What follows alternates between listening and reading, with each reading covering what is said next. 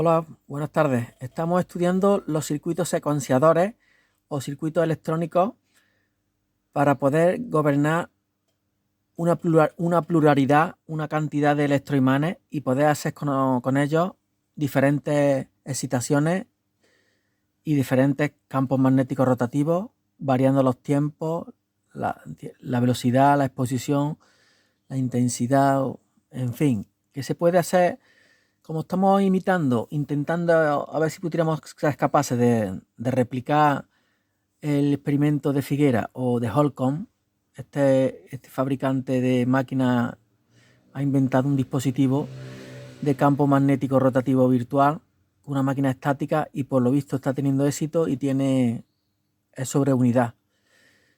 Entonces lo comparamos con lo de Figuera y yo pienso que puede ser lo mismo. No lo sé, pero estamos entretenidos en este estudio. Pensemos en una máquina tetrapolar de un rotor de imanes permanentes o de bobina excitadora, 4 bobinas pintadas en amarillo, en una configuración tetrapolar o de 4 polos. 2 están hacia adentro y 2 hacia afuera. También se puede hacer por imanes permanentes. Esa masa de núcleo polarizada empieza a rotar a una velocidad y sobre las bobinas que hay externas se produce una inducción eléctrica, una generación de corriente alterna. Podríamos pensar de que la excitación fuera con bobinas de alto número de espiras y con una pequeña corriente, y que para simular el giro del tambor tuviéramos muchos electroimanes parecidos como el rotor de un motor de universal. Imaginemos que tenemos muchos electroimanes, cada barra que hay aquí sería una bobina independiente, y tendríamos que simular la excitación de estos polos, de estos núcleos. Tendríamos que simularlos como de forma progresiva para que simulara la masa que gira y que se va acercando a las bobinas inducidas, que son las que están pintadas afuera. Entonces tenemos que simular ese efecto mecánico, que se podría hacer de forma analógica con un colector de este tipo y con cuatro escobillas, donde el positivo entra aquí y abajo, el sentido de la corriente sería hacia arriba y aquí hacia abajo, y el negativo estaría conectado a las escobillas laterales. De esta manera se manifiesta un campo magnético de esta forma, también norte-sur, norte-sur. Este tipo de configuración la suelen llevar los ventiladores de los radiadores de los coches, motor tetrapolar también. Pero en lugar de girar el rotor, nosotros lo que vamos a hacer es girar la escobilla. Giraríamos la escobilla y al girar la escobilla simularíamos el movimiento de 4 polos alternados. Esto nos da una limitación mecánica muy alta, puesto que el ancho de la delga, el ancho de la escobilla, el movimiento mecánico que no es de precisión, y cuando ya hablamos de una cantidad grande de polos, pues se nos hace bastante difícil utilizar una mecánica de este tipo.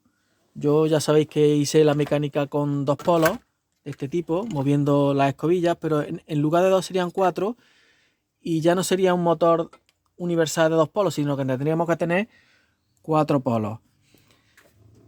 ¿Por qué pienso que pueden ser 4 polos? Porque cuando un campo magnético, por ejemplo este imán, pasa por delante de esta bobina, genera una corriente y sale hacia la carga. Pero es que sabemos que por la ley de Lenz, la corriente que circula por la carga va a generar un campo magnético que se opone al campo magnético recibido. Entonces sabemos que tarda 90 grados. Esa corriente o contracorriente de la ley de Lenz se retrasa 90 grados. Si tarda 90 grados eléctricos, como aquí hay 90 grados mecánicos, de aquí a aquí hay 90 grados, cuando esto devuelva, si esto está emitiendo un polo norte, la inducida va a generar un polo opuesto, un polo que repele a ese polo. Pero cuando este polo norte haya pasado y esté aquí, esté a los 90 grados, este polo sur habrá llegado aquí arriba. Por lo tanto, la ley de Lenz, el polo opuesto, que refleja la onda de corriente de la corriente que pasa por la carga, si está hacia abajo el campo magnético, ahora cuando llegue el polo sur y esté arriba, se va a sumar esa fuerza, se va a sumar a la del polo sur. Entonces, supuestamente, en vez de desmagnetizar el núcleo, lo va a remagnetizar. Tendríamos una realimentación positiva del campo magnético. He puesto el ejemplo con esta bobina, pero es que con esta ocurriría lo mismo. Entonces pienso que ese puede ser un detalle de la realimentación y aprovechamiento de las corrientes de la salida, las contracorrientes de la ley de Lenz. Podríamos utilizarla a nuestro favor, pero esto hay que probarlo y hay que montarlo. Para ello, para ir estudiando lo que es la electrónica digital, os recomiendo que visitéis el canal del profe García. Este hombre estudió ingeniería y explica muy bien la electrónica digital. Yo voy a mostrar dos circuitos secuenciales, por eso se llama este título secuenciadores. Vamos a hacer una excitación electrónica para simular la rotación del campo magnético. ¿Dónde tengo el tapón? Vamos a simular la rotación del campo magnético estando la máquina estática. En lugar de electroimanes, pintado en amarillo, vamos a excitar diodos LED. He comprado en el Express dos circuitos secuenciadores. Los voy a poner. Voy a pausar un momento. Mira, estos son los circuitos. Son dos circuitos secuenciadores. Este se le llama gota de agua y este se le llama ruleta rusa o ruleta de azar. Vienen este, por ejemplo, están los dos hechos con el integrado, con el circuito integrado 4017, CD 4017. Y también con el famoso NE555, el oscilador. Ahí está el oscilador y el 4017. Aquí tenemos el esquema. Este es el esquema de la gota de agua. Podemos ver, vamos a ver si se ve bien con la luz. Podemos ver la fuente. Aquí está la fuente de alimentación a masa, el 555 con su condensador y resistencia variable para que cambie la frecuencia de oscilación. La salida de oscilación del 555 es la apatía 3, que conecta con la 14, que es el ciclo, la señal de reloj, los pulsos de reloj que recibe el CD 4017, y después tenemos desde la QSU0 hasta la QSU9 las diferentes salidas, ¿vale? Y esas salidas, pues a través de una resistencia de 1K, van excitando los diferentes diodos LED. Esto es un circuito integrado que se utiliza como contador o decodificador. Es un contador que va contando cada pulso de reloj, pues va contando por dentro y va activando las diferentes salidas. Yo estudié en mis tiempos mozos electrónica digital, pero os puedo decir que se me ha olvidado casi todo. La verdad que es una pena, pero así es la memoria.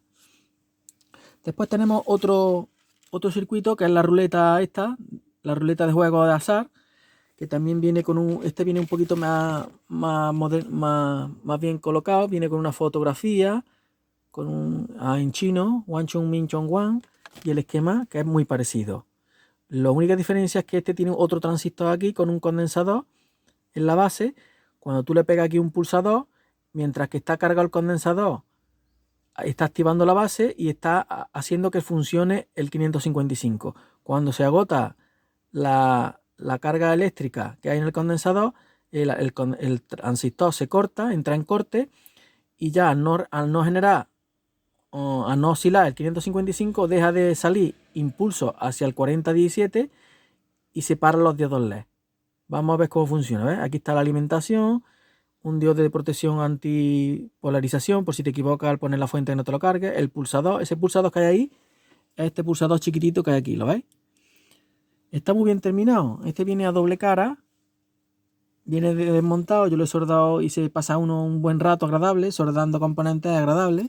Este de una sola cara, también muy bonito, muy bien hecho. Hay que ver hoy en día cómo lo hacen las máquinas. Están alimentados a 5 voltios. Tiene una tolerancia de 3 a 5 voltios o de 3 a 6 voltios. en el circuito de la ruleta, para poder variar, porque esto iba todo leche, a tostia, como decía el Juan Yu, a tostia, esto se pone a tostia. Se ponía a tostia, quiere decir que va a mucha velocidad. Entonces le he cambiado los valores del condensador C2 y R3. Estos valores de condensador y R3 regulan la frecuencia de funcionamiento del 555. Entonces estaba muy alto y corría demasiado la ruleta y lo he variado. De 1 microfaradio le he puesto uno de 4,7 para que sea la rotación más lenta, y después la resistencia R3 de 470K le puedes poner o de 1 mega o de 10 megas, da igual. Y así va más despacito girando la ruleta para que se vean los diodos LED. Vamos a darle la marcha. Le doy a la marcha. Ya tenemos funcionando el secuenciador. Tenemos el osciloscopio puesta a la salida del reloj. Tenemos el osciloscopio puesta en esta salida. Aquí en el pin 14 vemos el ciclo. ¿Veis la onda cuadrada? Y ahora le voy a tocar el potenciómetro de regulación. Este potenciómetro de regulación, ¿vale? Que es este potenciómetro de 50K. Y vamos a ver cómo varía lo que es la velocidad de encendido. Ahí va lo más rápido. Podéis ver la señal de reloj. Esa es la patilla 14. Le voy a quitar velocidad para que veáis el ancho de pulso como se agranda. Va agrandando, ¿ves? Qué grande está ya. Le doy más velocidad. Estamos a 5 milisegundos al cuadrito. Y a una tensión de 2 voltios al cuadro. O sea, tenemos 4 voltios de pico. Fijaros aquí, como dándole al potenciómetro, podemos ir graduando la velocidad de la gota de agua.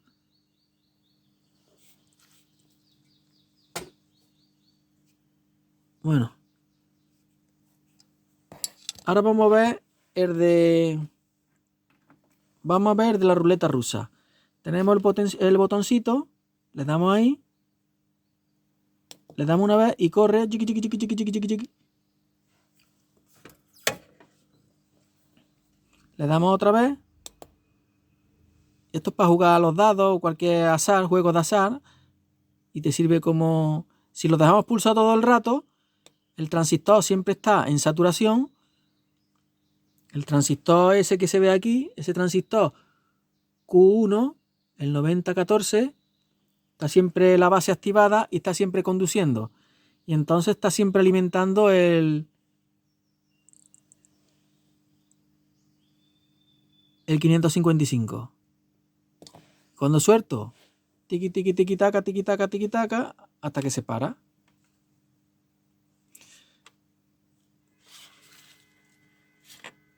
Está muy bien hecho, ¿eh? Está muy bien hecho. Lo venden hasta con el cablecito, hasta con el cablecito. Bueno, ya hemos visto unos circuitos secuenciales de electrónica digital muy básicos. Este, por ejemplo, en el profe García lo podéis construir en una placa protoboard y os lo enseña muy bien paso a paso cómo se hace. Yo lo he comprado, no tenía... Como valían 2 euros o 3 euros, digo yo, por esto lo compro y se ve muy graciosito, ¿vale? Qué bonito es. Bueno, vamos a parar el cacharro. Hay otra forma de utilizar la electrónica digital, porque aquí tenemos un problema, señores. Uy, están. Aquí, como vemos, solo se mueve un pilotito. Aquí solamente es un piloto el que corre, pero yo quiero, para simular el avance de una masa polar, que tiene un ancho bastante, no quiero que sea una sola bobina. O sea, si yo tengo aquí X número de electroimanes, yo quiero que no solo que se encienda uno, se apague este, luego se encienda este, se apague este, se encienda este. No, yo quiero que haya por lo menos 3 o 4 que se vayan encendiendo y avanzando. Como si aquí tuviéramos 4 electroimanes. Dentro de uno hubiera 4. Entonces se puede utilizar unas placas electrónicas que se llaman de multiplexor, que lo que hacen es que con una señal en serie de X bits, electrónica digital, X1 a X0 mezclados, los convierten de serie a paralelo. Os voy a presentar una placa que esta me la regaló mi primo, que trabaja en circuitos reparando máquinas recreativas, máquinas de videojuegos o máquinas recreativas de estas de tragaperras. Pues estos sistemas de máquinas, como tienen mucha lucecita, a través de un demultiplexor, la información de las lámparas que iluminan y adornan la máquina tienen lo que se llama un demultiplexor. Entra de forma serie los datos por este pin DA, tiene una señal de reloj CK, tiene una señal de Output Enable, habilitación de salidas, habilita la salida, y Standby. Entonces, esto recibe una cantidad de datos por un bus serie, por un solo hilo, viene una cantidad de información para todas estas salidas. Mirad cuánto tiene. 1, 2, 3, 4, 5, 6, 7. 7 y cuántos pines. 1, 2, 3, 4, 5, 6, 7, 8. 7 por 8, 56. O sea, gobierna con un solo hilo de datos serie, gobierna 56 salidas en paralelo. Por eso le pongo aquí de serie a paralelo. Con un solo hilo puede gobernar 48 salidas. Entonces, con estas 48 salidas que hay aquí, podría gobernar 48 electroimanes de este tipo. 48 núcleos. Con bobina independiente. Aquí no, aquí viene la bobina imbricada. Vienen cogiendo muchos electroimanes. Yo cogería de uno en uno. Bien, entonces, teniendo el hilo serie de datos, que ya hemos visto que es este hilo, este conector, que es DA, datos, meteríamos una serie, por ejemplo, de 4 unos digitales. Y esos 4 unos en serie los iríamos pasando por los 56 salidas. Y entonces, estos 4 unos, imaginaros que en vez de ser 56 he pintado aquí nada más que no sé cuántas hay. 4, 5, 6, 7, 8, 9, 10, 11, 12, 13, 14, 15, 16. Pues ese paquete de 4 unos, que yo se los tendría que meter de alguna forma, irían pasando por todas las salidas. Irían corriéndose igual que la gota. Lo he desenchufado, sí, lo he desenchufado. No lo desenchufe, bueno, da igual.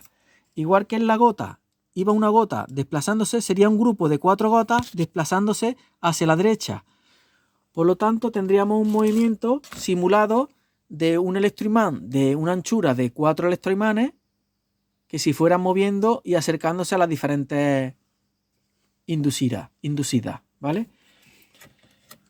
Esta placa electrónica está basada en este integrado, en el 4094, que son latch, son cerrojos de almacenamiento, son memorias. Y después la salida amplificada amplifica la salida digital para que tenga potencia para manejar una lámpara de cierto amperaje, a lo mejor de 300 mA, no lo sé. Tienen los amplificadores operacionales, los amplificadores ULN 2803. Esto es para amplificar la salida digital para que ataque a las lamparitas que suelen ser de 12 voltios y de poco amperio. No sé si tendrán 100 miliamperios o algo así. Bueno, pues aquí estamos estudiando la forma de acercarnos a lo de Holcomb. Estamos hablando de excitadores internos, pero también podría ser un excitador externo. Si tenemos 4 electroimanes, pues iríamos excitando uno, otro. Esto es de un motor de ventilador de un grupo de refrigeración de botellero. Esto es lo que mueve el ventilador que refrigera el condensador del botellero de una máquina de frío. Bueno, pues ya está. Pues hasta aquí se quedó la historia de hoy. Una introducción a los circuitos secuenciales, que si queréis aprender, pues en el canal de Profe García lo explica muy bien. Yo también voy a estudiarlo porque hace mucho tiempo que yo no trabajo con la electrónica digital y estoy pez, que me falta mucho, he perdido mucha memoria. Bueno, hasta otra ocasión, amigos. Espero que no haya sido esto aburrido, que por lo menos estamos aquí entretenidos estudiando. Venga, gracias. Hasta luego.